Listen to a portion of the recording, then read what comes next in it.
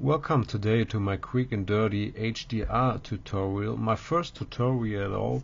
So my name is Dive and I will show you today how I do in HDR. I opened up already Photoshop and I have a HDR right here. So a lot of people mix up HDR and tone mapping, so to make this clear, HDR is the just merged down version of all single exposed shots, and the tone map version is the later through software processed version of this shot. So the HDR looks like this, the layer we have here. So I done all the work before, as you can see, on all these layers, and so I just will show you now the steps of my work, and I'm doing all the work so we save a lot of time. So if first we look at this, I applied curves on this just to increase the contrast a bit, as the original HDR version is just too pale. Okay, and as I don't like the reddish rusty color here, I just desaturated this a bit.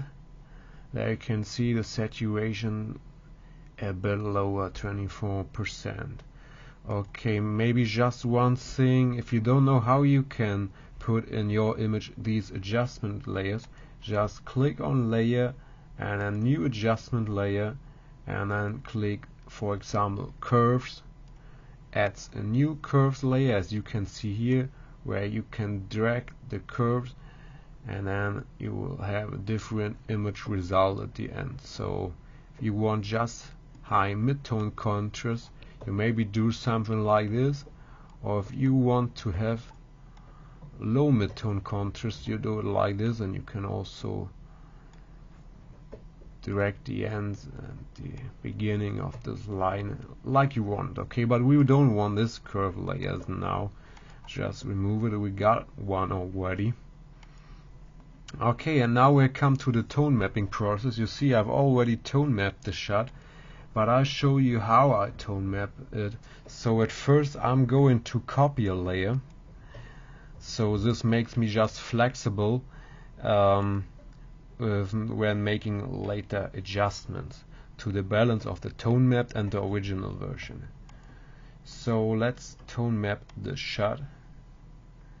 Okay, I'm using Photomatic's tone mapping plugin, and we see the original HDR looks like this, and one tone map version could be like this, but you can also take a bit lower luminosity, or you can play around with light smoothing if you want more global light or more local contrast pronounced. Okay, so one thing to know about this, if we are just working with 16-bit, as you can see here, as I do at the moment, we just don't need to push the black and the white point to the limits.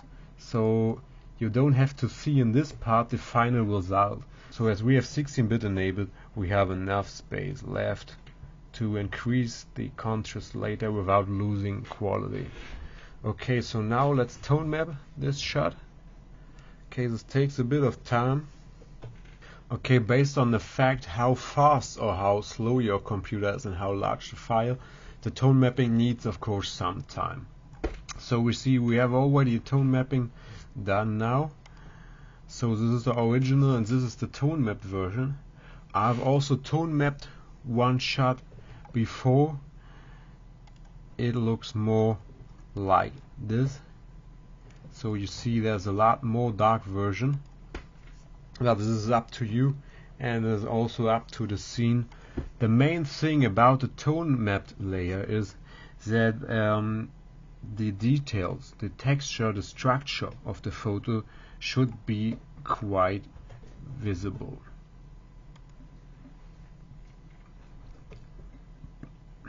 So we just drop down this layer now, as we have tone mapped one already. And so I'm going to apply this now.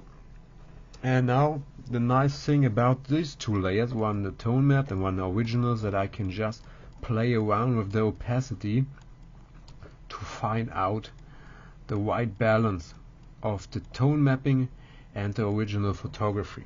So the next thing what I don't like is these intense rusty colors here right at the door. So I applied a photo filter with this brownish color to it, and let's take a look at it. And the brownish isn't that bad anymore. So you can see here I have a layer mask applied.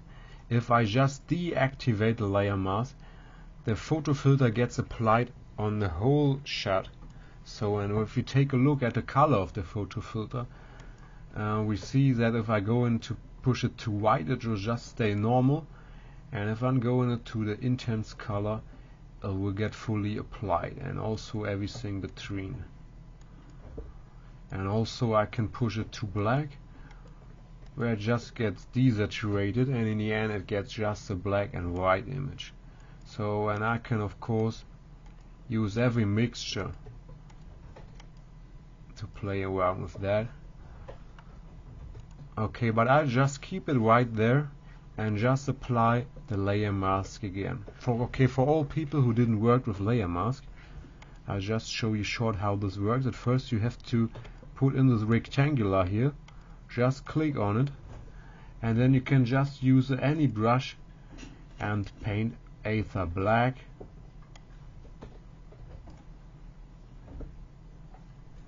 where, as you can see there.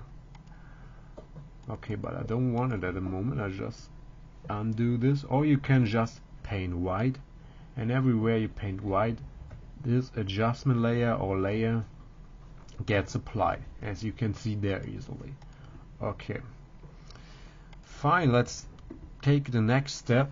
I think the contrast is still too low. It should be more catchy, so I apply one more curved layer, and as you can see here, very light adjustment to the curve, but these light adjustments have a fairly nice result, I guess.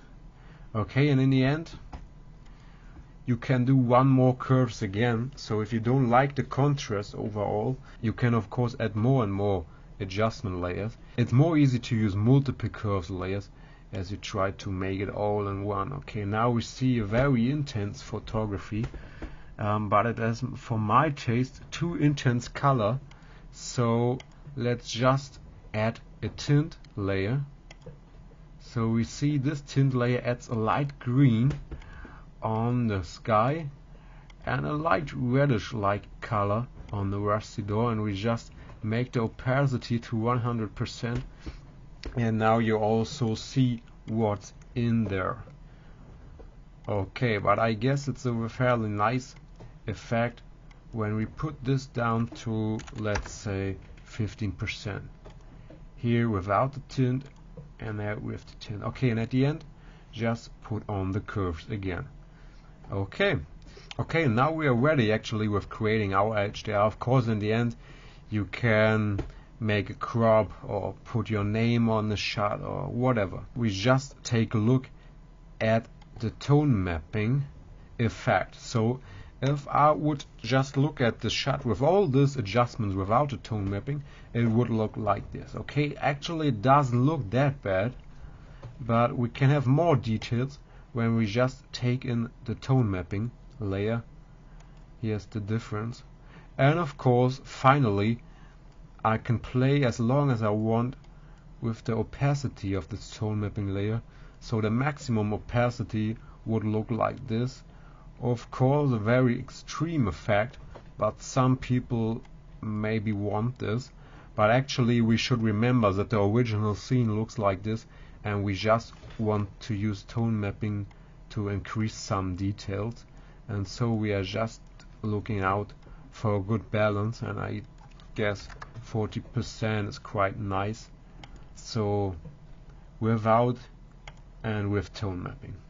Okay, that's it. I hope you didn't fall asleep during the tutorial, and I wish you good luck, and bye bye.